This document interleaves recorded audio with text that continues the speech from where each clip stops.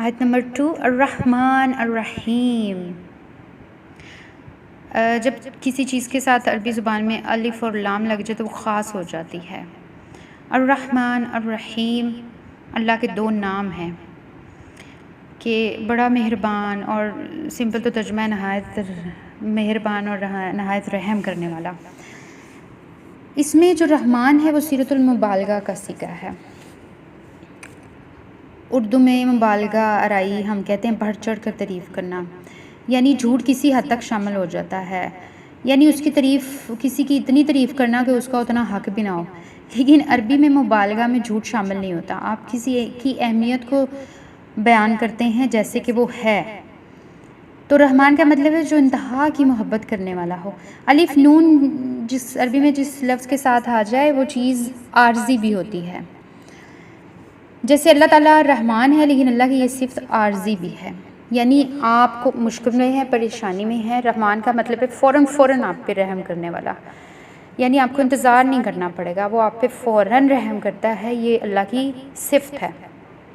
بندہ سوچتا ہے کہ اچھا عارضی نہیں ہے، یہ عارضی ہے تو مجھے تو پرماننٹ اللہ کا رحم چاہیے۔ تو رحیم کا مطلب ہے پرماننٹ اللہ کی رحمت، لیکن یہ صرف دنیا کے لیے نہیں استعمال ہوئی، دنیا کے لیے اللہ نے رحمان کی صفت یوز کی ہے، رحیم ہے پرماننٹ، یعنی یہ رحم آخرت میں جا کے اللہ تعالیٰ، جب ہم جنت میں جائیں گے تو اللہ تعالیٰ وہ رحم ہمیشہ کے لیے ہوگا، ہمیشگی رکھے گا۔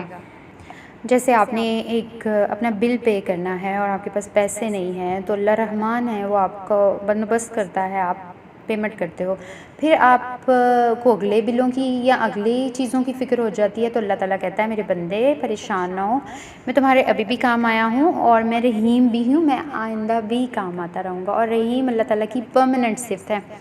اس کا مطلب یہ ہے کہ اللہ رحمان ہے، اس کی رحمت کی وجہ سے ہم نے جنت میں جانا ہے، اور اس کی یہ رحمت ہی ہے جو ہمیں دنیا سے لے کے جنت تک وہ قائم رہے گی۔ تو کتنی خوبصورت صفت ہے، اللہ تعالیٰ نے یہ دونوں ورڈ یوز کیے، اکیلا ایک لفظ اس چیز کو پوری طرح ایکسپلین نہیں کر پاتا تھا، تو اللہ تعالیٰ نے الرحمن بھی کہا اور رحیم بھی کہا۔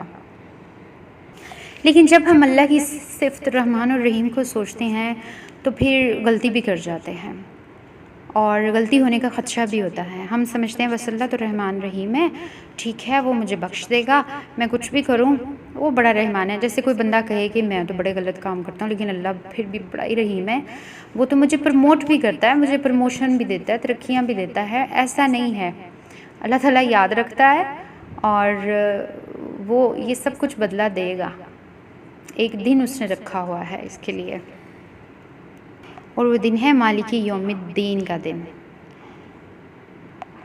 اب جب ہم سمجھتے ہیں کہ اللہ تو بڑا رحمان اور رحیم ہے تو پھر ہم اس کا ناجائز فائدہ اٹھانے کی بھی کوشش کرتے ہیں۔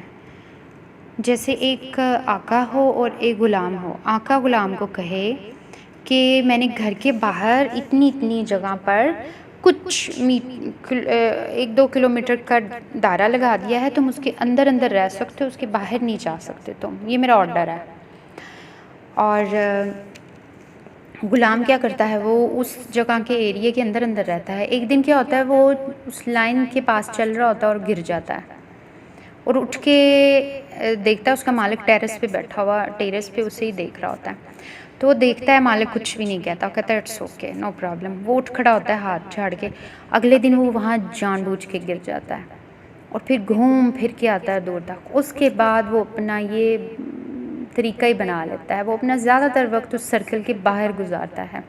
تو مالک تو کچھ بھی نہیں کہہ رہا، وہ بڑا زبردست ہے، وہ بڑا رحیم ہے۔ ایک دن مالک اسے اپنے پاس بلاتا ہے اور کہتا ہے تم 7721 دفعہ اس دائرے کے باہر گئے، ایسا نہیں تھا کہ میں نے دیکھا نہیں، میں مکمل دیکھتا تھا، میرے پاس تمہاری ہر ایکشن کی ویڈیو بھی ہے، تو اتنی دفعہ باہر گئے، میں تمہیں چھوڑتا رہا، میں دیکھتا رہا کہ شاید تم اپنی اس حرکت سے باز آ جاؤ، توبہ کر لو، تم نے نہیں کی، اب تمہیں ہر دفعہ جتنی دفعہ باہر گئے اتنے کوڑے پڑیں گے۔ اللہ تعالیٰ نے بھی ہمیں ایک ٹائم پیریڈ دیا ہوا ہے کہ میرے بندے اس ٹائم میں تمہیں انٹرپٹ نہیں کروں گا، تو وہ وقت ہے تمہارے پاس، ایسا نہیں ہے کہ میں تمہاری چیزوں سے غافل ہوں۔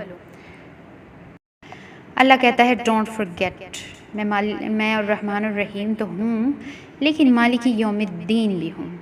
مالک کہتے ہیں مالک کو، اور یوم کہتے ہیں ٹائم کو۔ الدین، دین دین سے نکلا ہے، جیسے ہم اردو میں لین دین کہتے ہیں نا، ادھار، دین کہتے ہیں ادھار کو، ادھار کا دن، یعنی ہمارے اعمال کی جزا اللہ کے پاس ادھار ہے، اور ایک دن اللہ نے رکھا ہوا ہے جب وہ اس کا بدل دے گا ہمیں۔ یوم الدین عربوں کے ہاں اس دن کو کہتے ہیں جس دن کسی نے اپنا قرض واپس کرنا ہو یا لینا ہو۔ اللہ کہتا ہے اس دن میں تم سے پورا پورا وصول کروں گا اور تم بھی مجھ سے پورا پورا وصول کرو گے۔ اس دن جو شخص اللہ سے لین دین میں ملوث ہو گیا وہ انسان گیا، اس کی ہلاکت ہے۔ اس دن یا تو وہ ہوں گے جن پر اللہ رحم کرے گا یا وہ ہوں گے جن سے لین دین ہوگی۔ آپ صلی اللہ علیہ وآلہ وسلم نے فرمایا اس دن جس سے پوچھ گچھ بھی ہو گئی، ایک سوال بھی پوچھ لیا گیا تو وہ ہلاک ہو گیا، برباد ہو گیا۔ وہ پھر قرآن کی آیت یاد آ جاتی ہے، حسابً یسیرا۔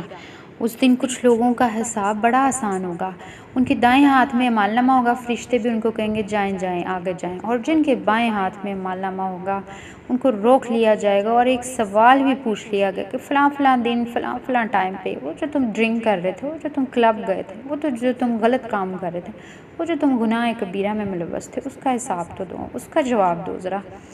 تو انسان پکڑا گیا، ایک سوال بھی پوچھ لیا گیا تو آپ رحمت کے کھاتے میں نہیں ہیں، پھر لین دین کے کھاتے میں ہیں، اور کہانی ختم۔ رحمان الرحیم یا مالک یوم الدین، دونوں پاسبلٹیز ہیں۔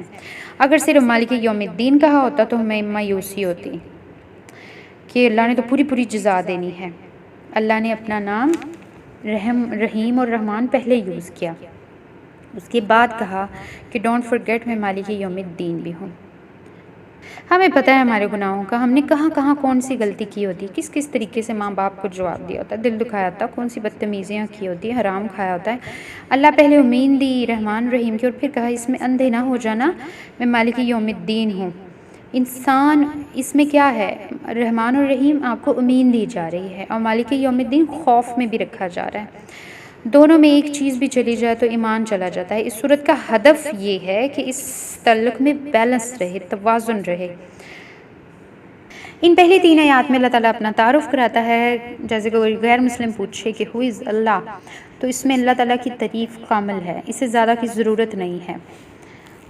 اللہ کی تعریف کی بہت وجوہات ہیں، لیکن ان آیات میں سب سے اہم چیز ہے شکر کیا گیا ہے کہ وہ رب ہے، کوئی اور ہوتا تو ایسا معاملہ نہ ہوتا۔ شکر ہے وہ الرحمن ہے، شکر ہے رحیم بھی ہے۔ پھر تیسرا شکر یہ ہے کہ اس نے مجھے یاد دلا دیا کہ وہ مالک یوم الدین ہے۔ یہ وجوہات ہیں کہ ہم الحمدللہ کہتے ہیں، اللہ کا شکر ادا کرتے ہیں۔ ایاک نعبد و ایاک نستعین، جب ہمیں یہ پتہ چل جاتا ہے اللہ کی کوالٹیز تو پھر ہم خود سے کہتے ہیں یا اللہ ہم تیرے بندے ہیں، ہم نے سرنڈر کر دیا اپنا آپ تیرے آگے، ہم تیرے غلام ہیں۔ دیکھیں غلام اس وقت غلام ہوتا ہے جب اس سے مالک کی طرف سے کوئی ہدایت دی جائے، ورنہ تو کوئی غلامی نہ ہوئی نا۔ جیسے آپ کسی کو غلام رکھ لیں اور اگلے 10 سال اس کو کوئی کام ہی نہ کریں تو وہ غلام تو نہ ہوا۔ اللہ رب ہے اور ہم عبد ہیں۔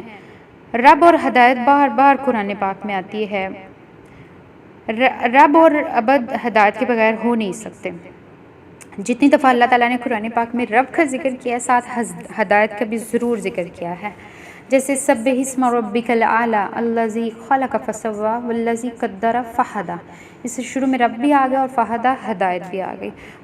پورے قرآن پاک میں یہ آپ کو تسلسل نظر آئے گا۔ رب کا ہدایت کے ساتھ منطقی تعلق ہے، رب اور عبد کے درمیان ہدایت ہوتی ہے، یہاں بھی یہ تعلق ہے۔ اوپر اللہ تعالیٰ کہہ رہا ہے نا رب العالمین، نیچے دیکھیں اللہ تعالیٰ آگے کہہ رہا ہے اہدنا الصراط المستقیم، ہدایت اہدنا ہدایت آ گئی یہاں پر بھی۔